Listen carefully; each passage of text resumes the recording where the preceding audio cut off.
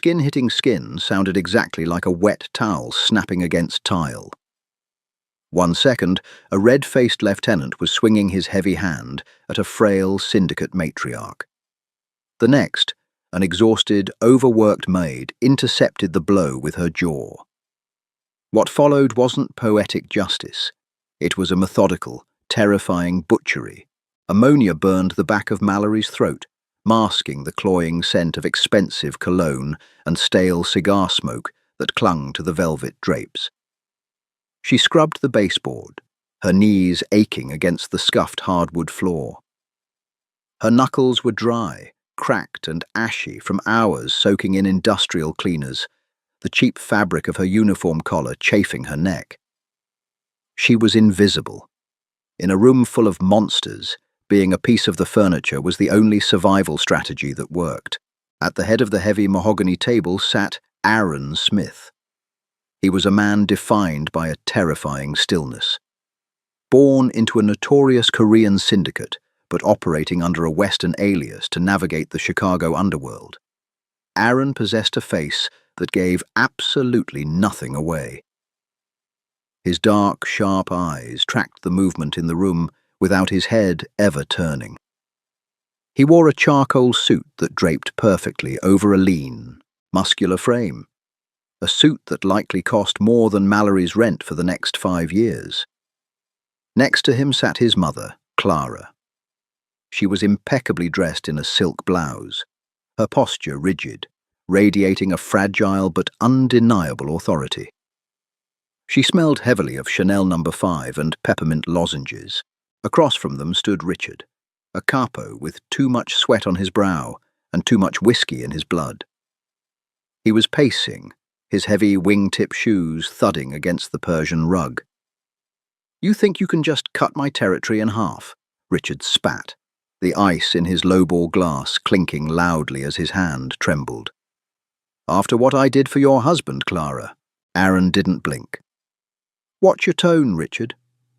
His voice was low, smooth, and lacked any inflection. It didn't sound like a threat. It sounded like a weather report. Mallory kept her head down, furiously buffing a smudge on the wood paneling near the bar cart. Her heart hammered against her ribs.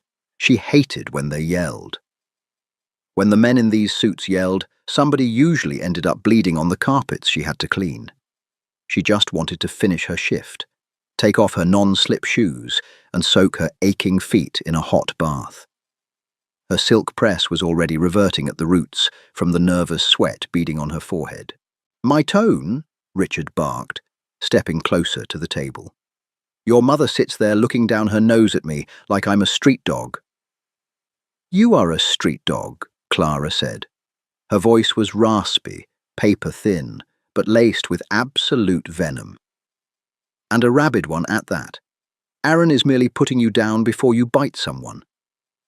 Richard's face flushed a deep, mottled purple. The veins in his thick neck bulged against his shirt collar. He lunged. Mallory didn't think. She wasn't brave. She wasn't harboring some secret, heroic desire to save the matriarch of a crime family. She was simply trying to back away from the sudden explosion of movement, but the heel of her worn-out shoe caught the edge of her plastic mop bucket. She pitched forward, her arms flailing, a breathless yelp escaping her throat as she tumbled directly into the space between Richard and Clara. Richard had already committed to the swing. His massive, calloused hand, bearing a heavy gold signet ring, sliced through the air. It didn't hit Clara. The ring caught Mallory right across the cheekbone. The impact was a sickening, hollow crack that reverberated through the sudden silence of the room. A flash of white-hot light exploded behind Mallory's eyes. The force of the blow lifted her slightly before slamming her down onto the hardwood. Her shoulder hit the floor with a dull thud, followed by the clatter of the mop bucket overturning. Dirty, soapy water flooded across the expensive Persian rug, soaking into her uniform. For 3 agonizing seconds, the only sound in the sprawling office was the steady drip, drip, drip of mop water rolling off the edge of the mahogany table. Mallory lay curled on her side. Her ears rang with a high-pitched whine. A thick, hot copper taste flooded her mouth. She didn't rise to her feet with a defiant glare. She didn't spit blood at her attacker. She drew her knees to her chest, squeezed her eyes shut, and began to cry. It wasn't a delicate, cinematic weeping. It was an ugly, guttural sob, born of sheer terror, exhaustion, and blinding physical pain. She clutched her face, her dark brown skin already beginning to swell aggressively around the laceration left by the ring. "I'm going to get fired," was the only coherent thought cutting through the panic. "I ruined the rug, and I'm going to get fired." Richard stared at his hand, then down at the shivering, sobbing black woman on the floor. The anger drained from his face, replaced by a sudden, sickening realization of where he was and what he had just done. He hadn't hit the boss's mother, but he had thrown a strike in front of the boss. "Aaron, Richard started, his voice cracking. Aaron slowly stood up. The scrape of his chair against the floorboards was the loudest sound in the world. Aaron Smith did not shout. He did not curse. He simply walked around the table. Mallory cracked one swollen eye open, her vision blurry with tears. Through the haze of pain, she saw Aaron's polished leather shoes stop inches from her face. He didn't look down at her. His attention was entirely fixed on Richard. "It was a mistake," Richard stammered, taking a step back, his heavy shoes squelching in the spilled mop water. "She tripped. The clumsy bitch tripped into it." Aaron raised a hand.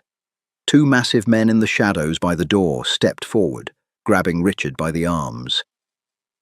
Richard struggled, panic finally breaking through his whiskey-soaked bravado, but the guards held him fast. "My mother," Aaron said softly, stepping into Richard's personal space. The scent of mint and clean linen radiated off Aaron, a sharp contrast to Richard's sour sweat. "You raised your hand to my mother." "Aaron, please!" Aaron moved with a fluidity that betrayed his rigid posture.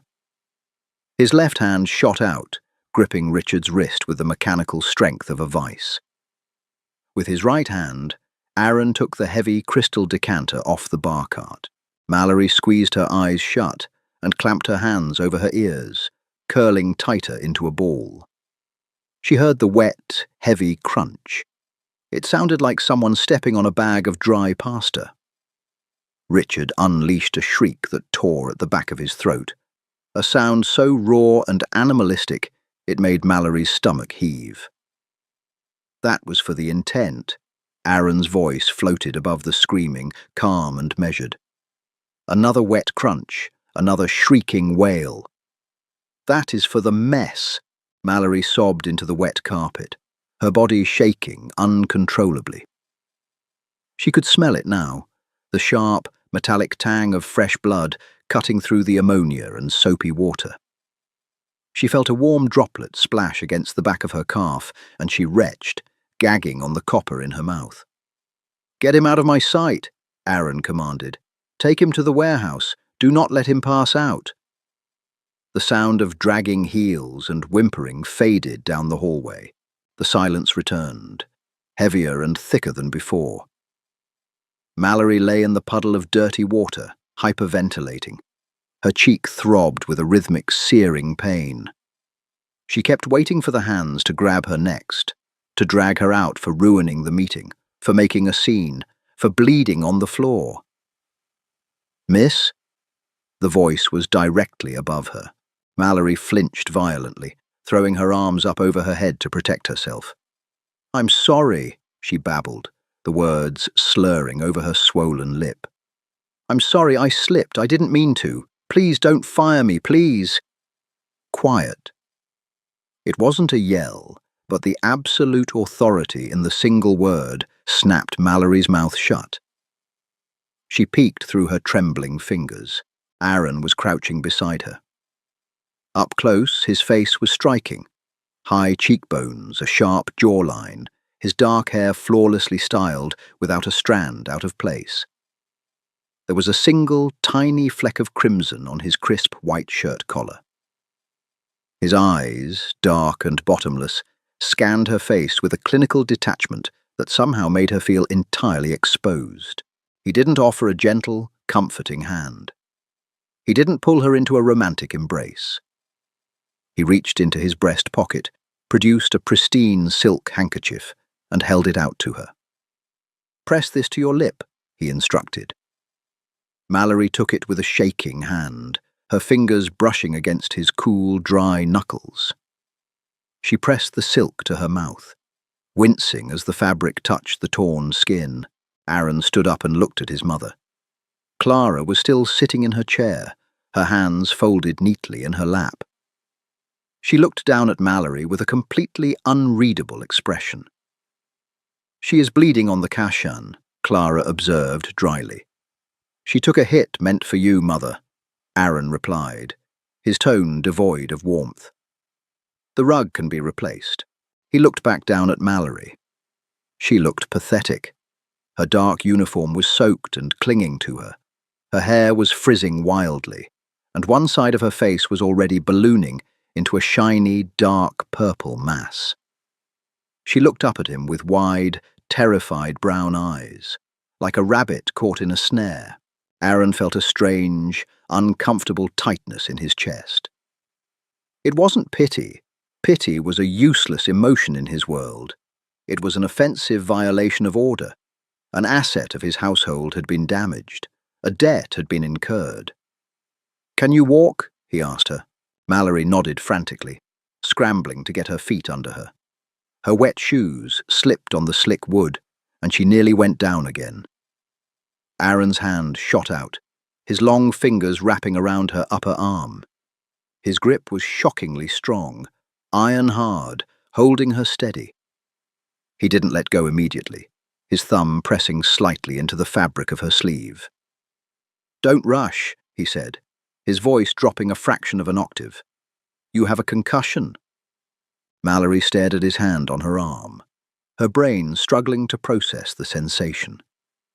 The man who had just pulverized another human being's hand into paste was now anchoring her to the ground with a touch that was oddly careful. I need to clean the bucket," Mallory stammered, her mind looping back to the mundane out of sheer shock. Aaron's jaw tightened, a muscle feathered along his cheek. He looked at the overturned plastic bucket, then at her. "Leave it," he said. He turned his head slightly toward the door. "Thomas, take Miss—" He looked at Mallory, an unspoken question in his dark eyes. "Mallory," she whispered, her voice trembling. "Mallory Reynolds." "Take Miss Reynolds to the East Wing," Aaron finished, looking at one of his remaining guards. "Call Dr. Evans. Tell him to bring a suture kit." The guard nodded, stepping forward to take Mallory's arm. But Mallory hesitated. She looked back at Aaron, the bloody silk handkerchief pressed to her mouth, her eyes darting between him and the matriarch. Am I fired?" she asked, the words muffled. For the first time all evening, Aaron's stoic expression cracked. The corner of his mouth twitched, threatening the ghost of a humorless smile. "No, Mallory," Aaron said quietly. "You are not fired. In fact, you're getting a promotion." The East Wing smelled like lavender and surgical spirit. It was a jarring combination, like someone trying to scrub out a morgue with high-end potpourri. Mallory sat perched on the edge of a clawfoot bathtub, her legs dangling. The porcelain was freezing against her damp thighs. She hadn't dared to sit on the plush, cream-coloured velvet chairs in the adjoining suite. Her uniform was still damp, smelling distinctly of dirty mop water and fear. Dr. Evans was a small, balding man with glasses perched precariously on the bridge of his nose. He worked with the frantic, precise speed of a man who knew his patients were not the type to tolerate delays. "Hold still," he murmured, his breath smelling faintly of coffee and wintergreen mints. Mallory hissed through her teeth, as the curved suture needle pierced the torn skin above her cheekbone. It felt like a hornet sting, sharp and localized, followed by the sickening, tight-pulling sensation of the nylon thread dragging through her flesh. She gripped the edge of the porcelain tub so hard her dark knuckles turned ash white. She wanted to cry again, but her tear ducts were completely tapped out. Instead, she stared blankly at the imported Italian tiles on the bathroom wall. 6 stitches, she calculated, her mind retreating into mundane math to avoid the reality of the situation. No insurance. How many shifts is a doctor who makes house calls going to cost me? I can't pay rent. I'm going to be homeless. The heavy oak door to the bathroom clicked open. Aaron Smith stepped into the harsh fluorescent light. He had changed his shirt. The crisp white cotton was gone, replaced by a black turtleneck that somehow made him look even taller, even more imposing. He leaned against the doorframe, crossing his arms over his chest.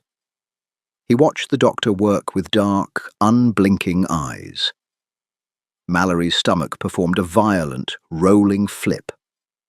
She instinctively tried to shrink back, but Dr. Evans's sharp, hold steady, froze her in place. Is the bone fractured? Aaron asked. His voice was a low, resonant hum that vibrated against the bathroom tiles.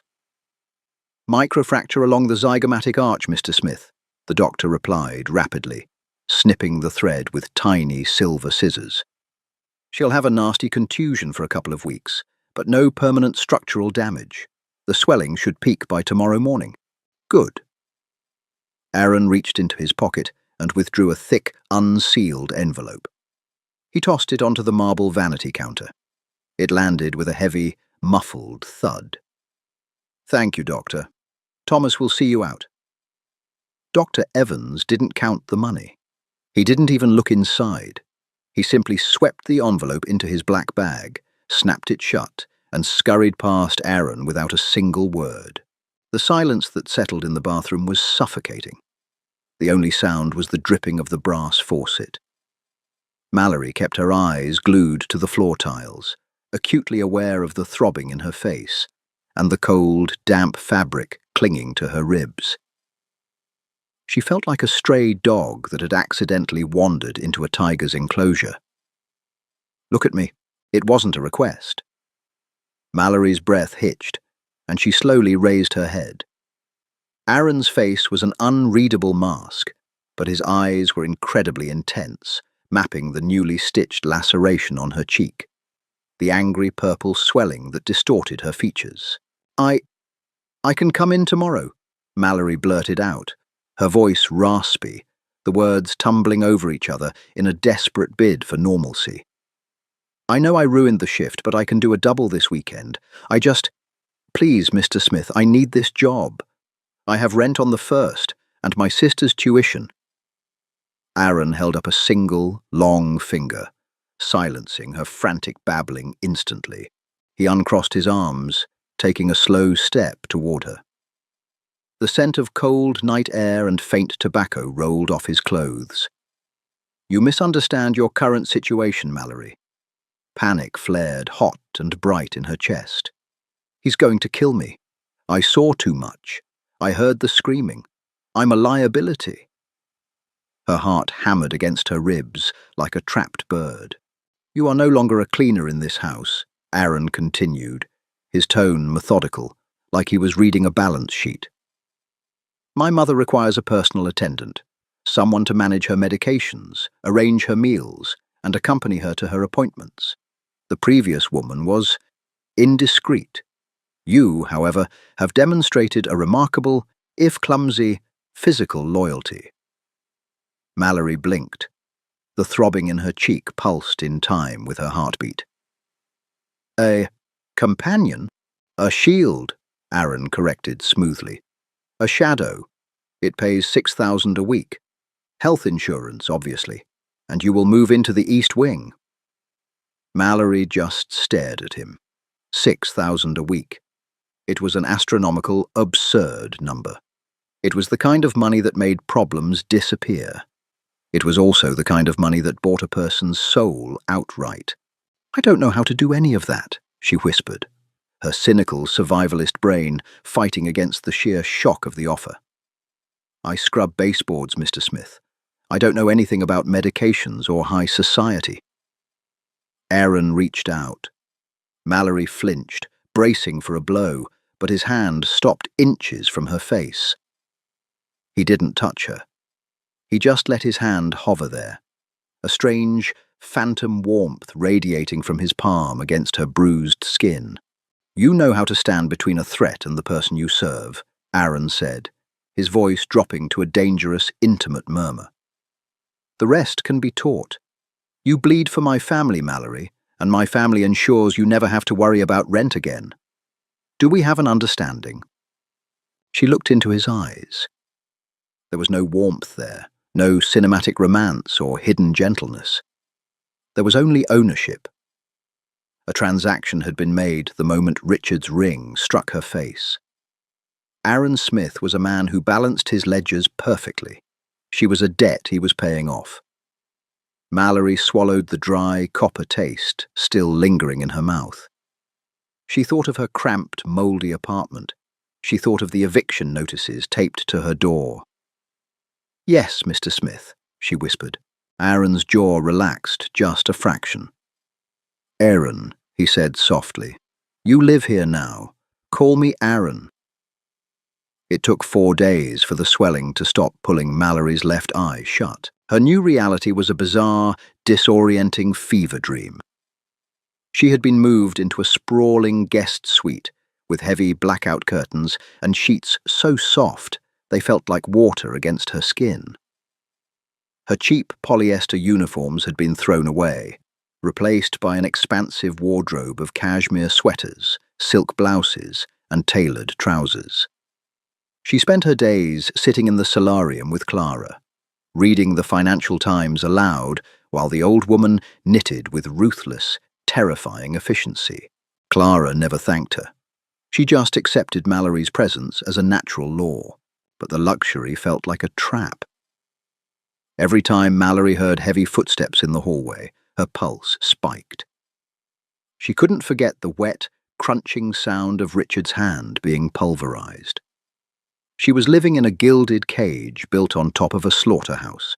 On Thursday evening, Mallory was sitting in her suite, staring blankly at a muted television screen. She wore a heavy grey cardigan, her arms wrapped tightly around her knees. The bruise on her face had faded into a sickly, mottled palette of yellow and bile green. The door clicked open without a knock. Mallory jumped, her bare feet hitting the hardwood floor. Aaron stood in the doorway. He looked exhausted. His tie was undone, hanging loosely around his neck, and the top 2 buttons of his shirt were unfastened. There were dark, bruised-looking circles under his eyes. He didn't say a word. He walked into the room, crossed over to the small glass coffee table in front of Mallory, and set down a small, heavy object. It was a manila folder, thick and slightly battered. Sitting directly on top of it was a heavy gold signet ring. Mallory's breath caught in her throat. She recognized the ring instantly. The raised crest, the thick band. It was the metal that had cracked her cheekbone. It had been cleaned, scrubbed to a high shine, but there was a deep, visible scratch across the crest where it had collided with the floorboards after bouncing off her face. "What is this?" Mallory asked, her voice shaking violently. She backed away from the table, her shoulder blades hitting the wall. "A conclusion," Aaron said plainly. He didn't look at her. He looked at the ring. Richard's territory has been absorbed, his assets liquidated. Inside that folder is the deed to a commercial property in the South Side, a laundromat. It clears $50,000 a month in clean revenue. It is now in your name. Mallory stared at the folder, a wave of profound, acidic nausea rolling through her stomach. She clamped a hand over her mouth, tasting bile. "Where is he?" she choked out. Aaron looked up at her, his expression genuinely confused by her panic. He is no longer a concern. He won't be needing the ring, or the hand he used to wear it, or the lungs he used to breathe. The blunt, casual confirmation of murder hit Mallory like a physical blow. She didn't swoon into his arms. She didn't thank him for avenging her honor. She turned away, bolted for the adjoining bathroom, dropped to her knees, and violently threw up her dinner into the toilet. She retched until her ribs ached, tears streaming down her face, the stitches in her cheek burning like fire. She was an accomplice. She owned a building bought with a dead man's blood. She was drowning in this world, choking on the violence these men casually breathed in. A shadow fell over her. Aaron had followed her in. He didn't look disgusted by the mess or her undignified, sobbing state. He crouched beside her, moving with that same terrifying, silent grace. He took a hand towel from the rack, ran it under the cold water tap, and wrung it out. He knelt beside her and gently pressed the cool, damp cloth to the back of her neck. Mallory flinched violently, pulling away.